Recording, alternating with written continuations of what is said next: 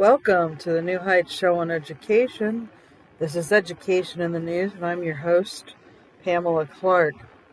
As usual, we share shows or educational news from around the U.S. and the world. And there's lots going on in the world of education, so let's get right into the show. And so the first story that I have for you is from the Daily Iowan.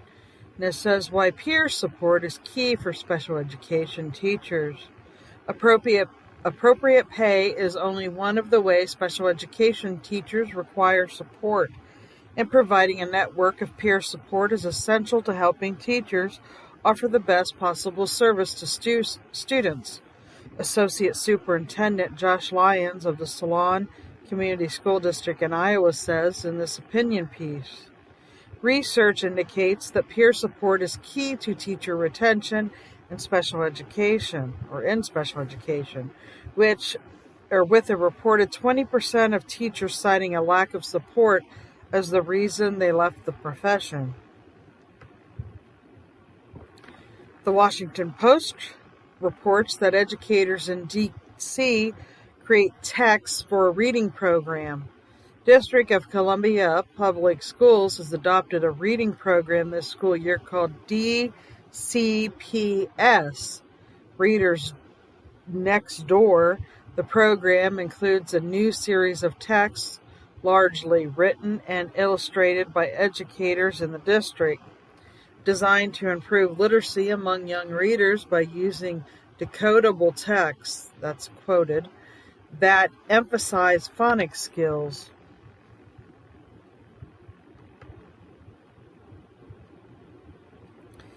Reporter Newspapers in Atlanta, Georgia reports how 2 Georgia districts are addressing pandemic learning gaps. School districts in 2 Georgia counties are taking steps to address students' learning losses since the pandemic began. The DeKalb County School District is training educators to use literacy program that Chief Academics Officer Stacy Stepney says supports the, quote, different types of learner that has come out of the pandemic. I chuckle at that because, I don't know, I just feel like that is incorrectly used. There are different types of learners, people that learn in different ways, but it has little to do with the pandemic, and I doubt that it's made them a different type of learner. They may have even more of a gap in their education, but I don't know about how she is using this. I think it's kind of used inappropriately, or is being used inappropriately, I should say. Anyways, Variety reports that LAUSD pushes through school opening despite cyber attack. Hackers compromised the IT systems of the Los Angeles Unified School District in a ransom attack over Labor Day weekend, but the schools still opened as scheduled Tuesday. The district is investigating the matter with help from local and national government agencies, including the FBI and the Cybersecurity and Infrastructure Security Agency. And HeraldNet in Everett, Washington reports that a Washington group wants leaders to go a week without driving. Disability Mobility Initiative's Week Without Driving event will take place later this month, challenging officials in Washington state to consider the difficulties faced by people with mobility challenges. Organizers hope that the event will lead transportation leaders and city and county officials to invest in finished sidewalks, reliable transit, and other options for those who don't drive. I think that's a good thing. I don't know what you think. I personally have had mobility issues off and on throughout my life, and even the standards that we have now I don't think are enough, so I think it's a good thing that they're doing this.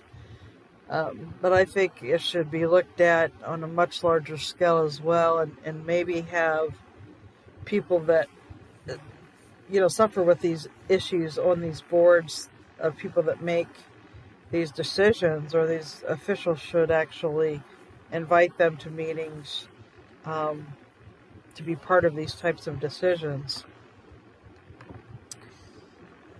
All right, let's see. The next story I have from you, or for you, I should say, is from Arizona Capital Times, and it says, push continues for media literacy bill in Arizona.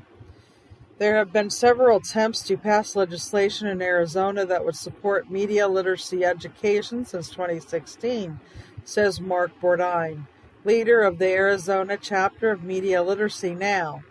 Media literacy develops critical thinking skills around all types of media, builds an understanding of how media messages shape our culture and society, and gives people tools to advocate for change in media spaces, according to the organization.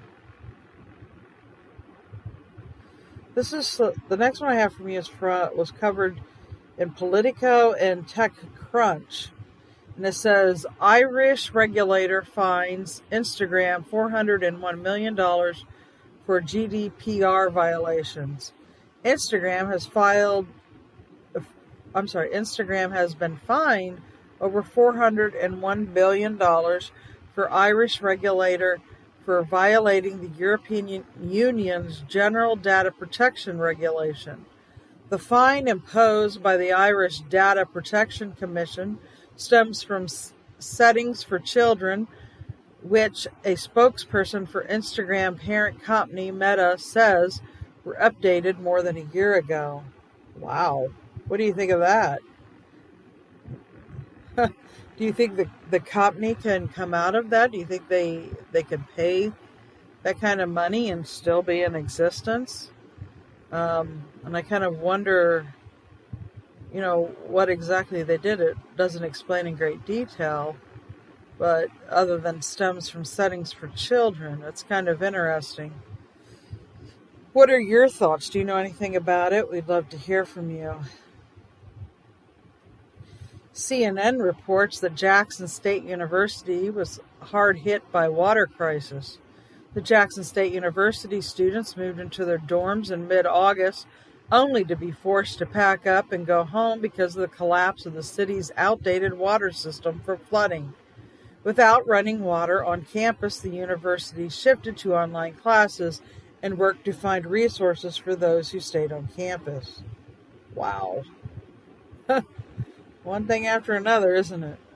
It's just crazy, the kind of reports like, why didn't they update their water system before now that this would have happened?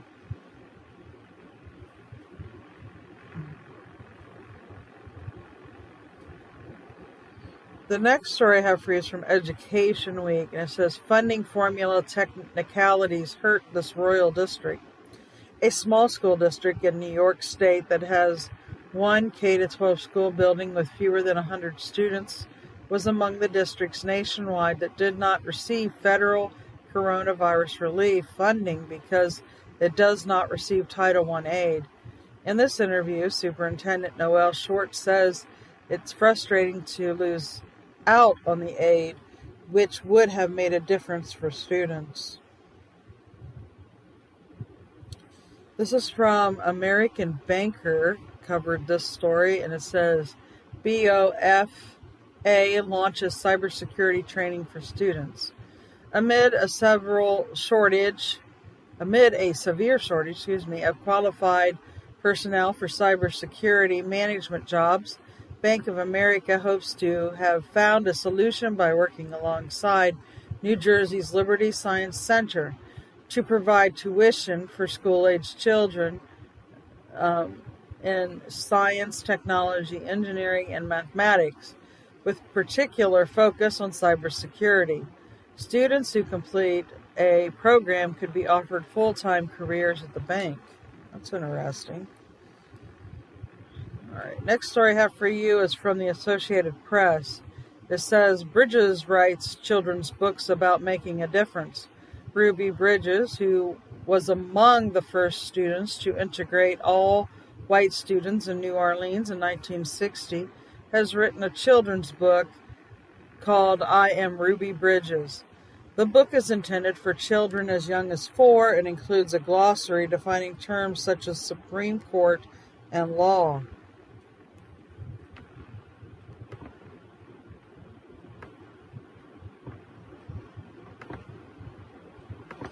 Bear with me as I bring up the next story here. Edutopia reports that ideas on shifting to a restorative campus culture. It's especially important for principals to participate in restorative practices because they play a major part in helping to set campus culture. Amy Starzycki, superintendent of the Superior School District in Wisconsin, writes, creating a vision for the initiative and gathering buy-in are important first steps.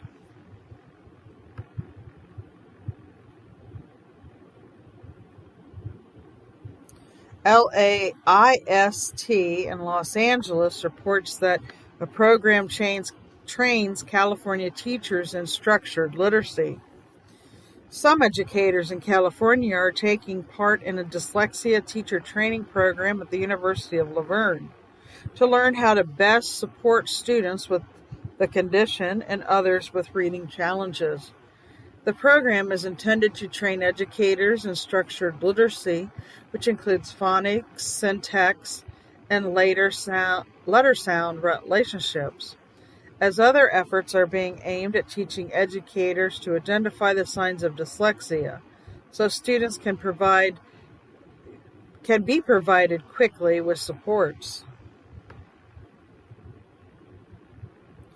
CIO Dive reports the role of growing beyond just technology. It was, in quotations, black box that the CEO only needed to know was being managed no longer holds true, and the effective CIOs need to be peers on the leadership team and integrate IT into company operations, says Boeing CIO Susan Dones. MetLife's Bill Pappas said that to recruit a competitive and contemporary team, CIOs must recognize that tech professionals want to be part of more than just technology that they work with. Pappas' priority list includes traditional HR functions. I'm sorry, tongue-tied today, it seems.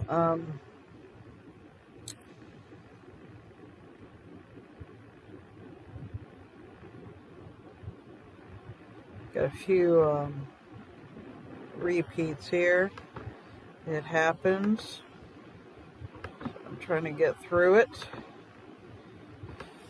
Alrighty, let's see. The next story I have from you is actually from CBS News. They did a story called Push for Later Start to School Day Fizzles. Teenagers, many of whom do not get enough sleep, are wired to wake up later in the day, research shows. The data has prompted officials in several states to consider pushing back the start of the school day, but so far only California has done so.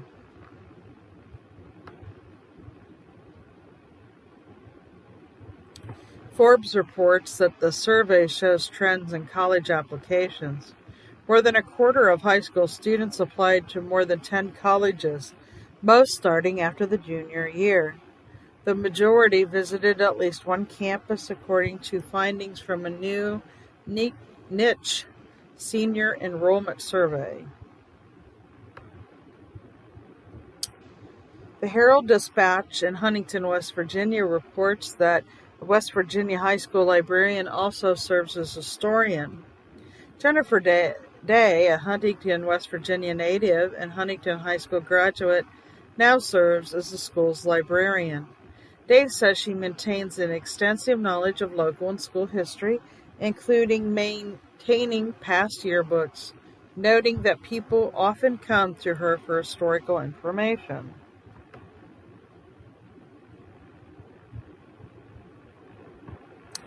EdSurge asks the question, do we overestimate students' digital know-how? K-12 students are often referred to as digital natives, But just because they grew up using technology does not mean they are skilled at using digital academic tools, educators and experts say.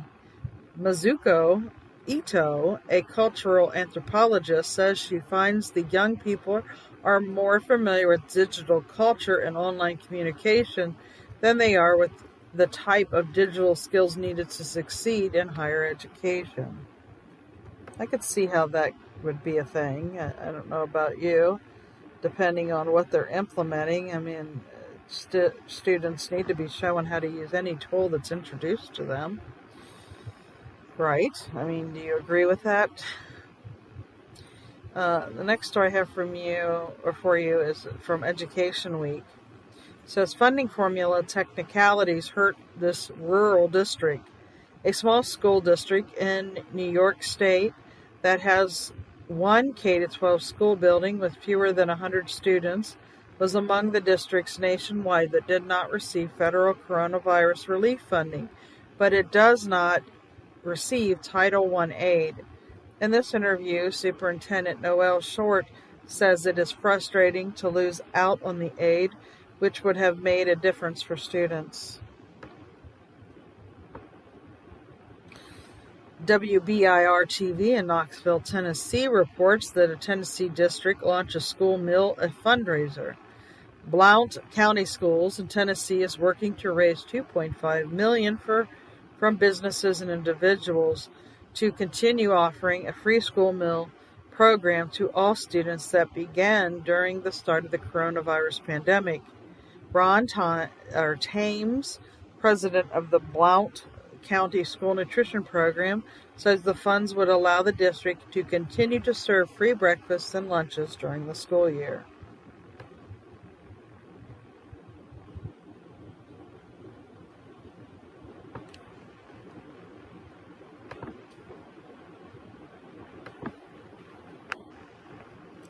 Bear with me for a moment as I bring up the next news story.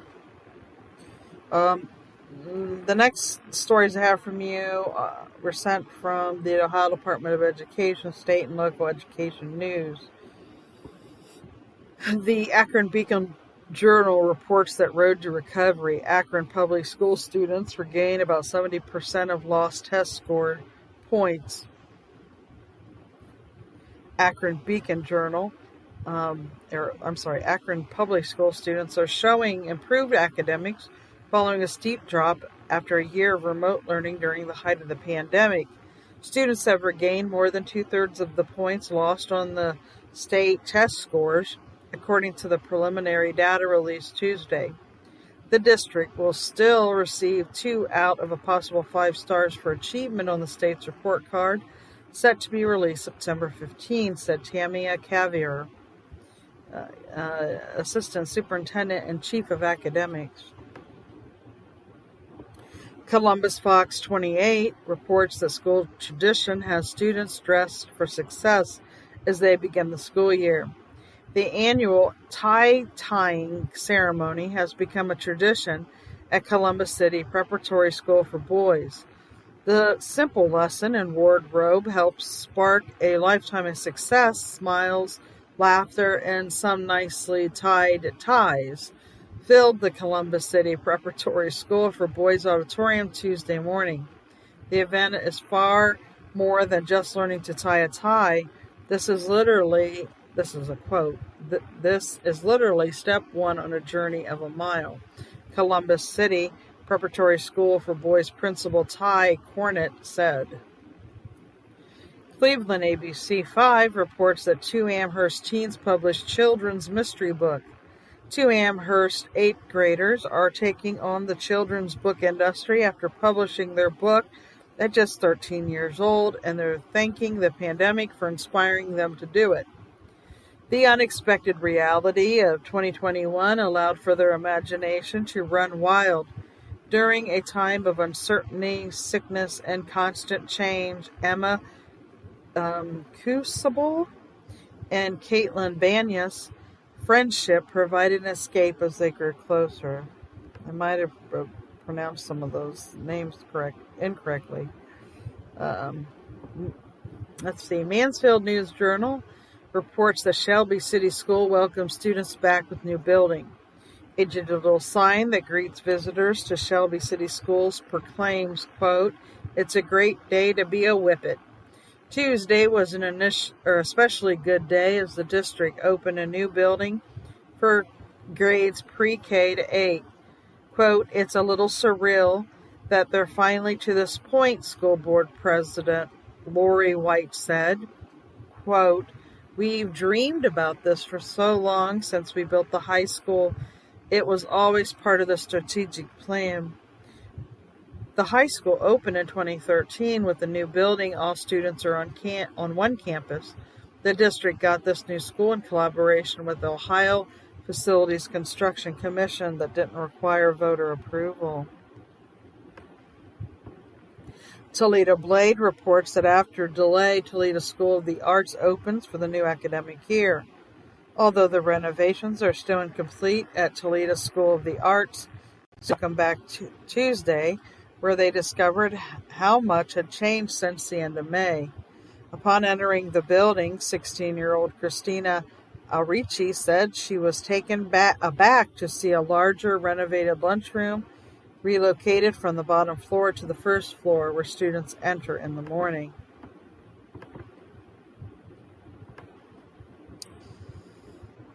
And Philanthropy News Digest reports that Home Depot invests $3.7 million to fill labor gap in skilled trades. The grants will be used to support programs with 100 Black Men of America, including development of a trade academy programs in Sacramento and Phoenix, and in addition to $300,000 to existing trade school scholarship programs. And UC San Diego receives a $150 million pledge for stem cell research. The gift is from giving pledger T. Denny Sanford, will establish a new institute to bolster the school's stem cell research and regenerative medicine programs and fund new programs to be conducted aboard the International Space Station. California Endowment awards $47 million in social bond investments. The latest round of grant making includes a total of $47 million in support of organizations working to create sustainable impact and advance equity on a policy and systems change level.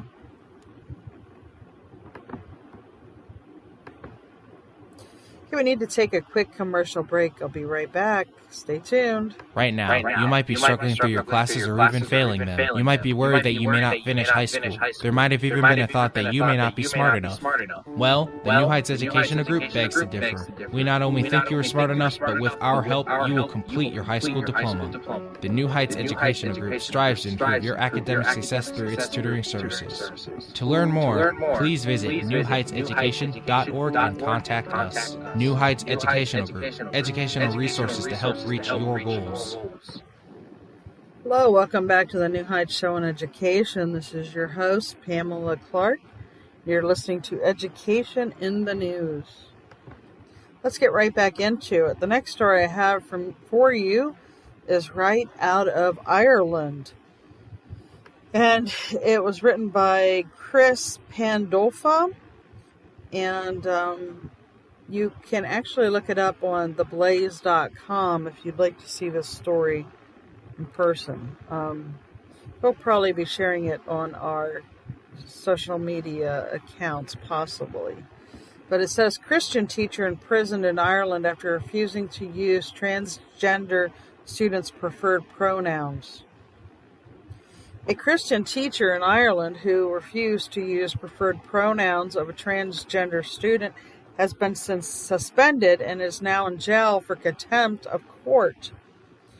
Enoch Burke was arrested on Monday for violating a court order to neither teach nor be physically present at Wilson's Hospital School in Multyfarnham, County Westmeath, Ireland. The Church of Ireland affiliated boarding school sought to have Burke imprisoned after he continued to attend the school after receiving a court order barring him from doing so. The Daily Mail reports, quote, it is an insanity that I will be led from this courtroom to a place of incarceration, but I will not give up my Christian beliefs, Burke said after the judge Michael Quinn found him in contempt of court. The trouble for Burke started when he refused to address a transgender student by the pronoun they rather than he, as requested by the student and the student's parents in May. The school agreed to the request. But Burke, a Christian, was placed on suspension after he refused to address the student with their gender-neutral pronouns. Quote, I am a teacher and I don't want to go to prison. I want to be in my classroom today. That's where I was this morning when I was arrested, Burke told the judge Monday, according to the Daily Mail. He explained that he loves teaching students German, history, and politics and encouraging debate. Quote, transgenderism is against my Christian beliefs.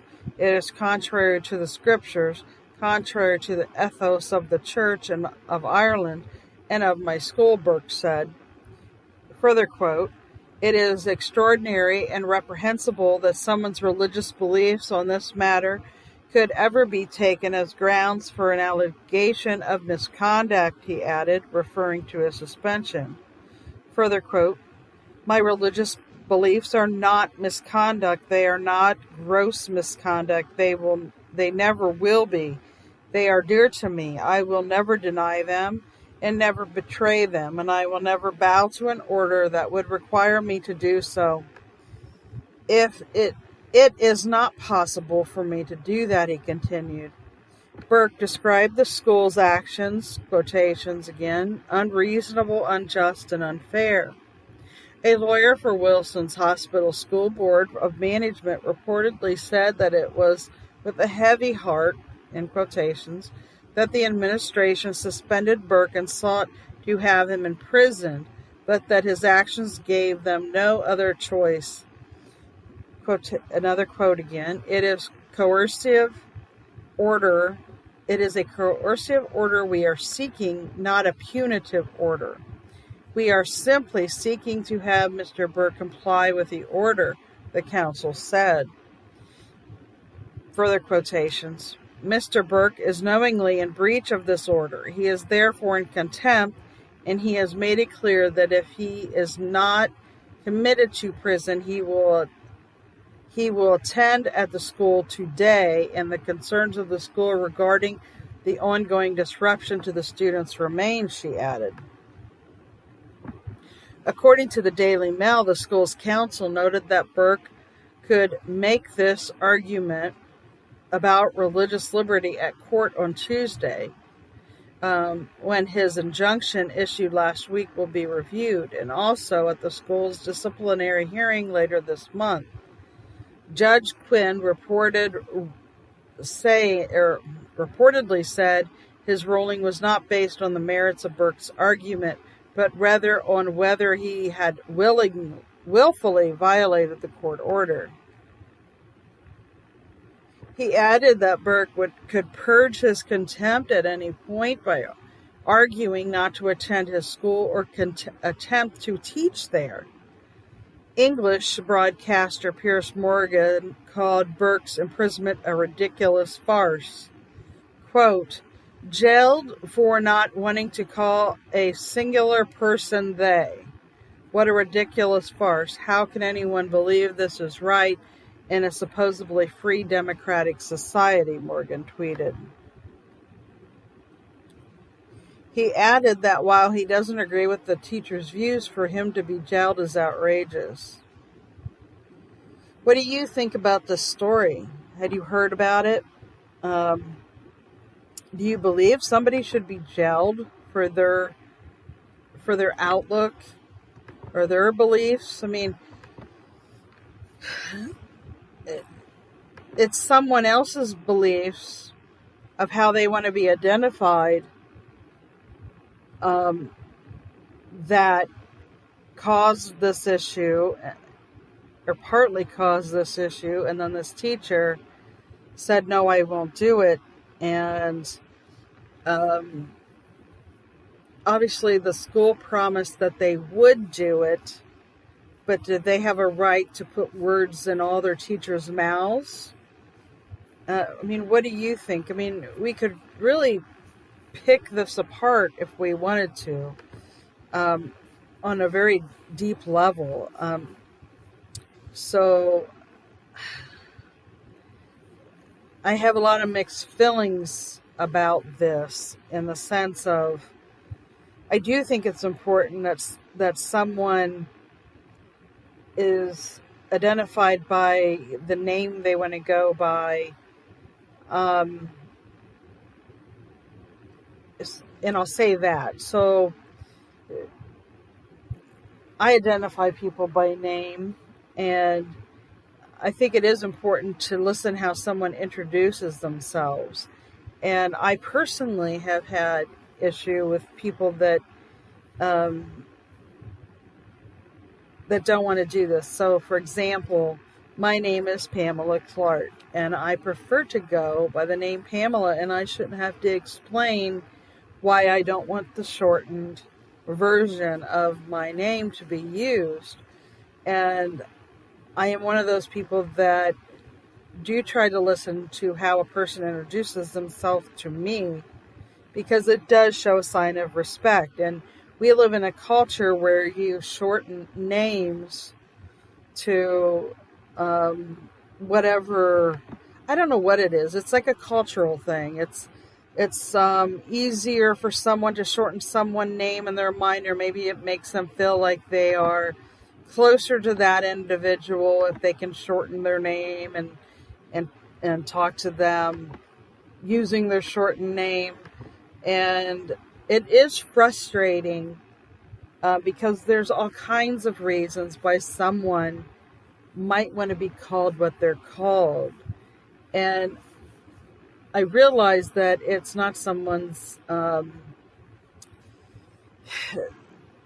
other people, and I'm again talking about calling someone by their name, okay? So again, I'm trying to pick apart the point of this. Now, if someone calls me Pam instead of Pamela, should they go to prison for that? Should they go to jail?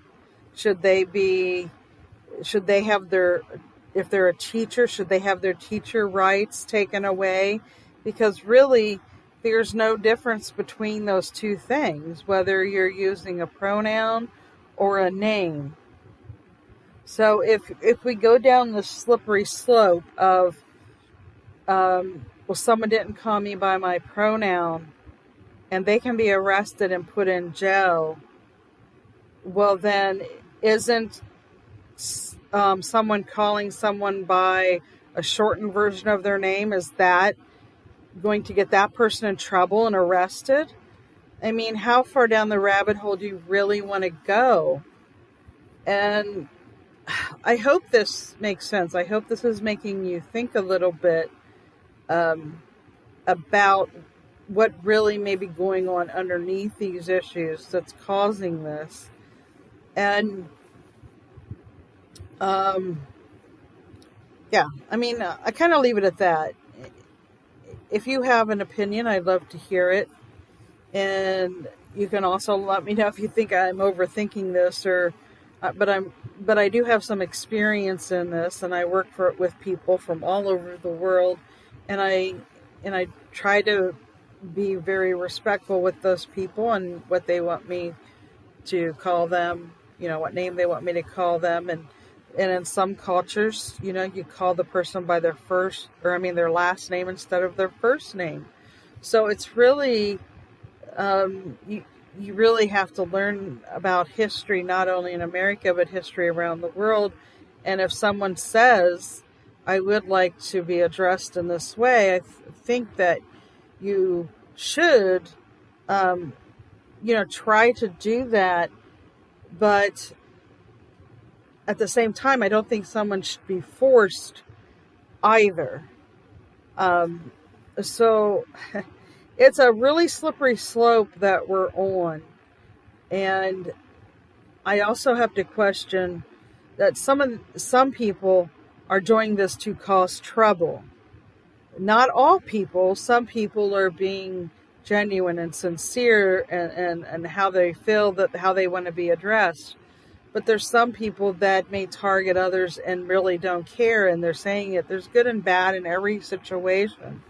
So from someone that deals with a lot of different people from different cultures and beliefs, I have a little more experience than the average person because of my work with the New Heights Educational Group. So anyways, that's my opinion. I would love to hear yours. We're going to take a quick commercial break and we're going to come right back. Hello, listeners. If you're enjoying the New Heights show on education and want to support or donate to our organization, please visit www.newheightseducation.org. And while you're there, check out our online store.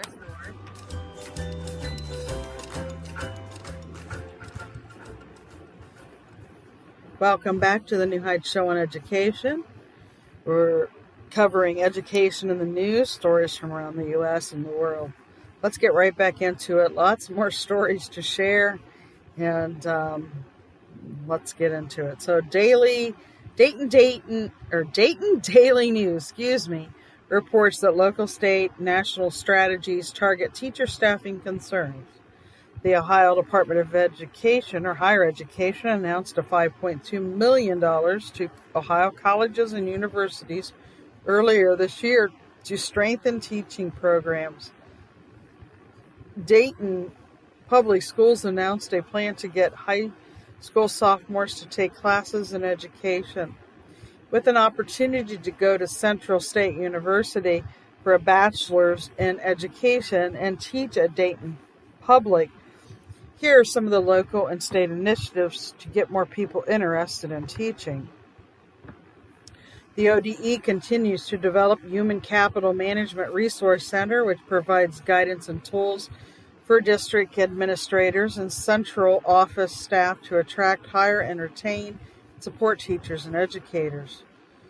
With the Diversity of Recruitment Educators Association for Miami Valley, or DREAM, any district in the area that wants to work together to recruit more teachers of color to the profession could do so. The initiative has a $70,000 3-year grant for the project.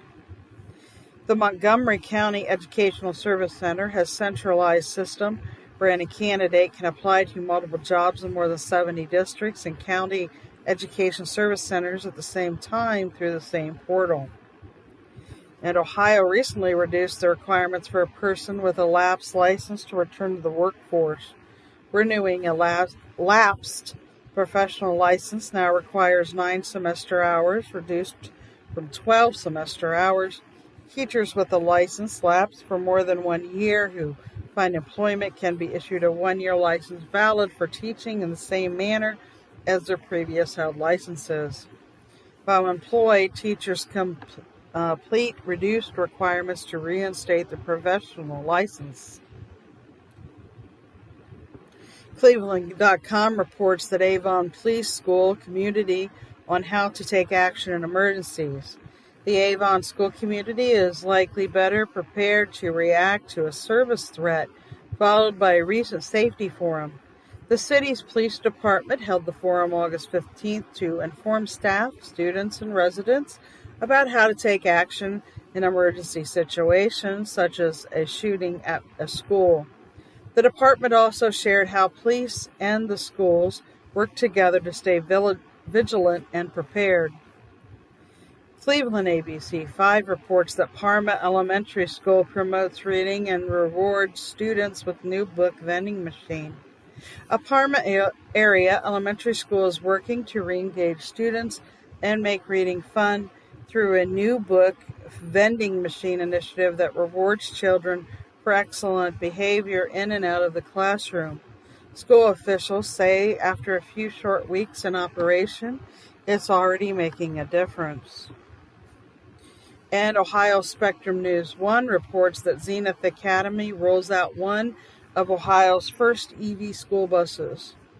Columbus Zenith Academy is one of the first to take advantage of grants through AAP Ohio and the Ohio EPA to bring an electric bus into their ranks.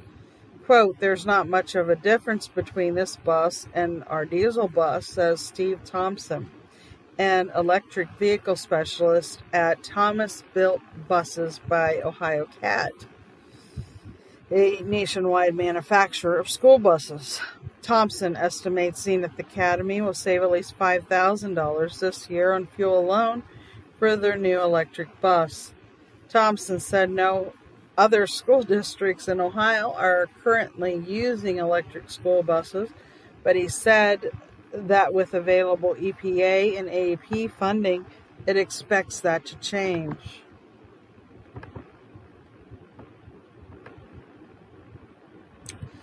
The Daily Reporter in Coldwater, Michigan reports that an 8th graders eased first day jitters for 6th graders. Rising 8th grade volunteers at Legg Middle School in Coldwater, Michigan participated in the Web Where Everybody Belongs program to welcome incoming 6th graders. The volunteers participated in a training session over the summer, then helped welcome the incoming students through peer support and mentoring, says teacher Heather Sobek. K-12 Dive reports urges to U.S. to adopt universal school meals.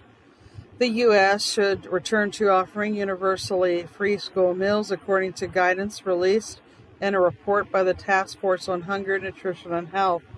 Quote, "Congress should provide a free nutritious meal, lunch, breakfast, summer, and after-school meals for all children in the United States, removing the income test and ensuring all children receive free meals without stigma and burdensome paperwork," the report states. KNDO-TV and KNDU-TV of Yakima, Washington, reports that Washington District adopts accessibility program. Walla Walla, Washington schools are planning to boost inclusion and support for students with disabilities by making assistive technology available to all students. The universal design for learning programs helps ensure that all students are able to receive lesson materials, says District Special Education Director Bob Casey.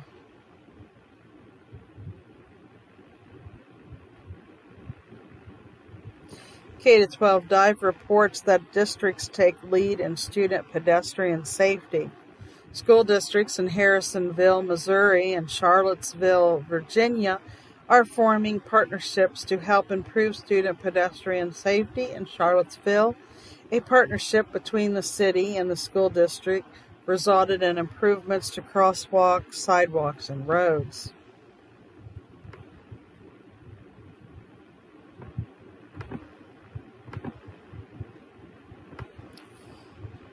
Right, let's see. The next story I have for you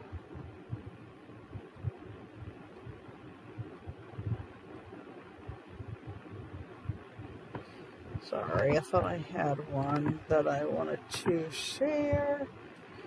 Okay, I'm not real familiar with this yet. I'm kind of just learning about it. There's a new daily news, I don't know if you'd call it a web search engine or what it is, but it's called Free Spoke.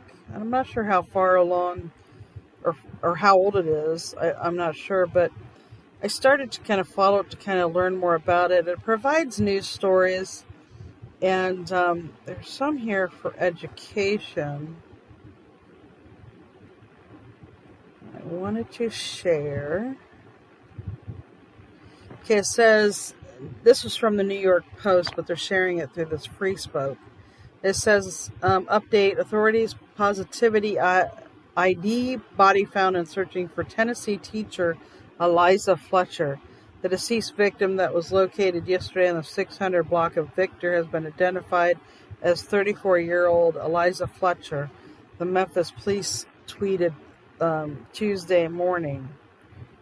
I know we normally don't cover stuff like that. But again, I scour for anything educational. And you can, let's see, if we click on this, it will take us to freespoke.com. One of the things I like about this is that they give you 3 sides of the news. So they have the side from the left, then both sides agree, what they both agree on, and then what the right thinks. Again, New Heights isn't a political organization at all, but let me read to you what the left says about this, the middle, or what everybody agrees on, I should say, and then the right. So the left says, NBC News, police in Memphis, Tennessee announced Monday that a body has been discovered just a day after charges were announced against a man in the alleged kidnapping case. And then both sides agree. This is from Sports Keto, and I'm not familiar with it either, to be honest with you. But it says the body was found Monday after a series of searches over Labor Day weekend for Fletcher, who was kidnapped at about 4 a.m. Friday. Police said a man approached her and forced her into an SUV. After a brief struggle, police said, Fletcher was reported missing when she did not return home from her regular morning jog. And then they say from the right, the New York Post says the deceased victim that was located yesterday in a 600 block of Victor had been identified as 34-year-old Eliza Fletcher. And so what I already read to you. So there's a bit more information on the right than on the left, and there's and what's agreed on for both of them is in the middle. Now it does show pictures of this kidnapping and everything. Yeah. So if you want to check it out, go to Free Spoke and you can type in missing Tennessee teacher, something like that, to have it bring up. Let me see. I think there were some other ones I wanted to share with you. Okay, it must be in a different one. I get more than one of them at a time. All right, let me see. So this is from ASCD Smart Brief, actually. Actually, a lot of repeats from what I've already shared.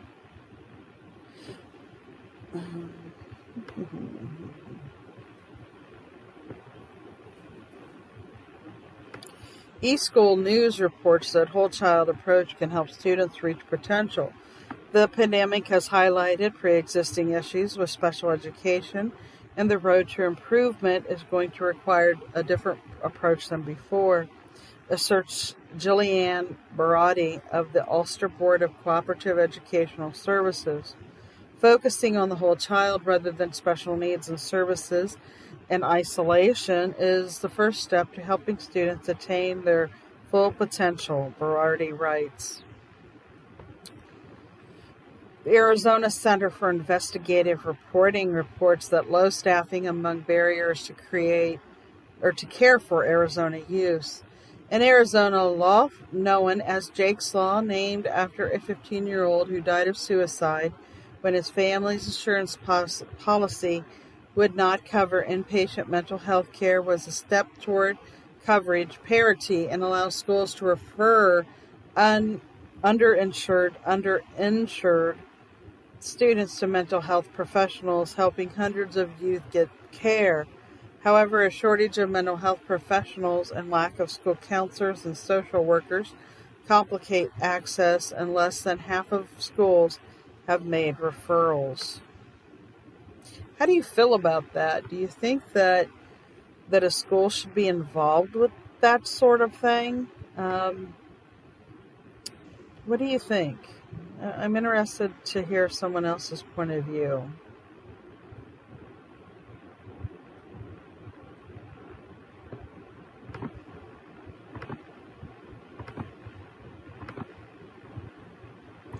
Philanthropy News Digest reports that Google commits to $20 million to expand computer science education.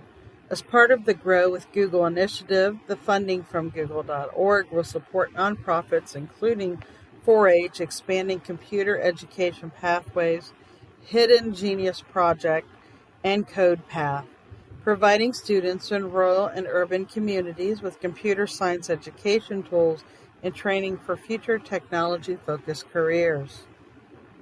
And Johns Hopkins receives $5.7 million for spine oncology program. The gift includes $2.3 million earmarked for equipment for the Neurological Spine Center lab located at Johns Hopkins Bayview at $3.4 million to Johns Hopkins University. The Federated Indians of Grattan Rancheria donate $3.5 million for library. The 20,000 square foot library will be added to a campus that will include a community center, an aquatic center, and a fire station in the Roseland section of Santa Rosa, California.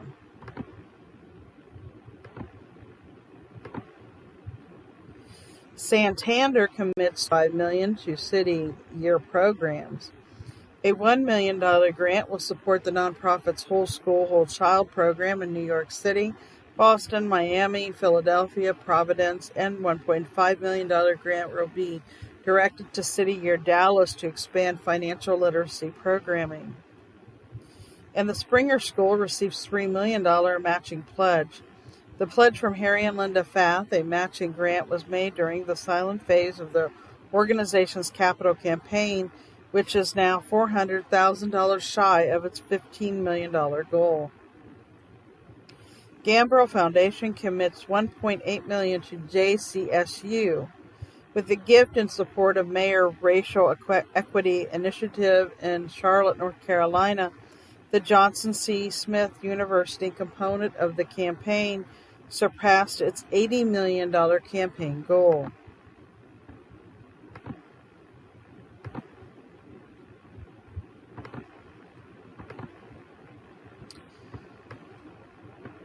Bear with me. Let me check our time, too. Now we're running out of it. These hours just fly right by, don't they? Wise Foundation awards $1.3 million to promote economic opportunities. The grant will support efforts by the Center for Responsible Lending to protect consumers from predatory lending practices and advance consumer protections that create a fair financial marketplace. And Dallas Foundation awards inaugural Racial Equity Funds Grant. Launched in 2021, the fund is aimed at addressing the ongoing disparities that directly impact Dallas's Black and Latinx Hispanic residents by directing philanthropic dollars to organizations that combat systematic inequalities.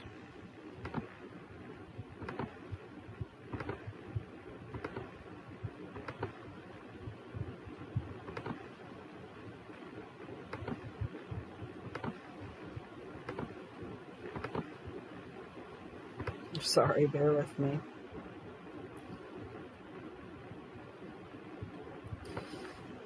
This is from fee.org, FEE, and it says more states are mandating kindergarten.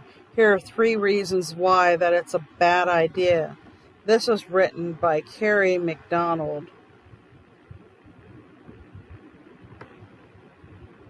Kindergarten may be valuable for some children, but it shouldn't be compulsory, she says.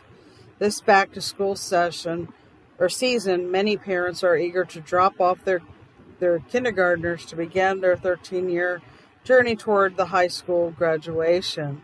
It can be a joyful time full of anticipation and excitement, but just because something may be desirable for many families doesn't mean it should be mandatory for all. California is the latest state to try to mandate kindergarten for all students, angling to become the 20th to do so. The California legislature recently passed a bill for compulsory kindergarten attendance that is now awaiting Governor Gavin Newsom's signature. Kindergarten may be valuable for some, but there are 3 big reasons why it should not be compulsory. Number 1, increased risk of ADHD diagnosis.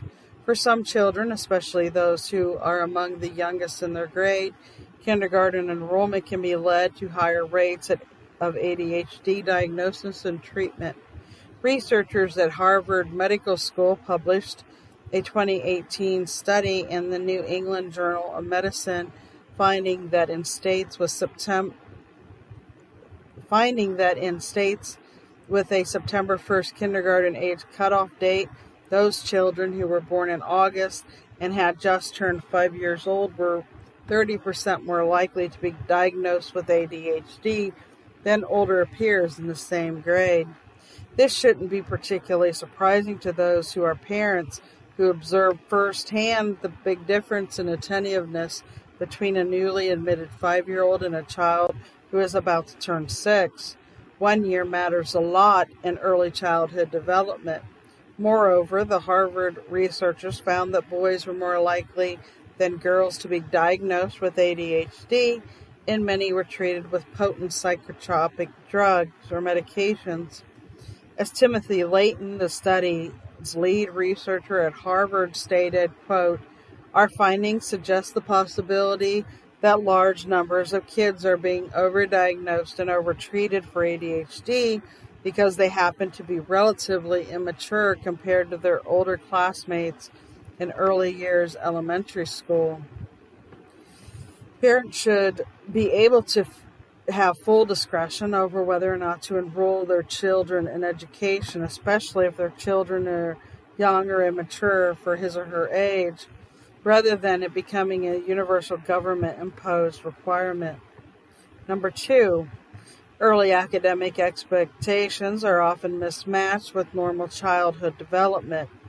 Over the past 2 decades, there has been broad bipartisan effort to push an academic content to increasingly younger students, originating with the No Child Left Behind Act under President George W. Bush and renewed by Every Student Succeeds Act under President Barack Obama. The federal education policy has blended with a state and local policy to prioritize academic proficiency in testing and accountability at ever earlier ages.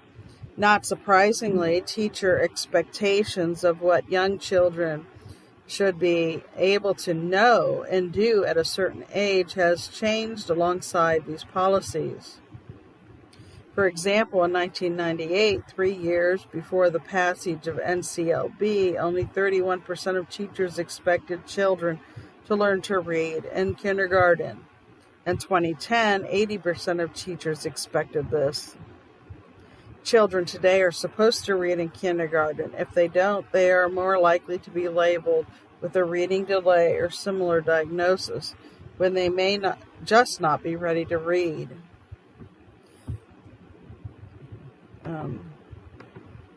Okay, we have less than a minute left. This was pretty long. I'll give you number 3, though.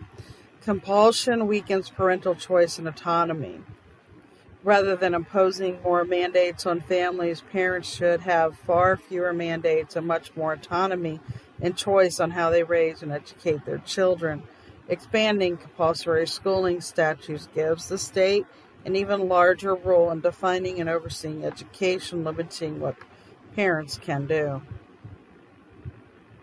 If you want to look up the article, just go to fee.org and type in "more states are mandating kindergarten," and you'll find the article fairly easily, I'm sure.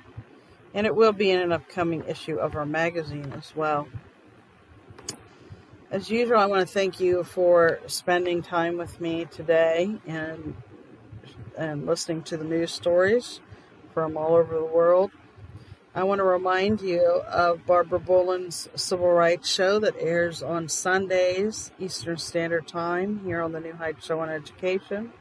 My show airs on Wednesdays by 6 p.m. Eastern Standard Time. And if you believe that everyone that is willing to work for it deserves a fair and equal education, we ask that you donate to our cause, or maybe even volunteer with us. You can learn more by going to newheightseducation.org and, of course, visiting our radio show page, radio.newheightseducation.org. Until next time. We hope you enjoyed today's show. Don't forget to rate us and follow us on your podcast player. Check out our show page, radio.newheightseducation.org, for monthly announcements and other happenings.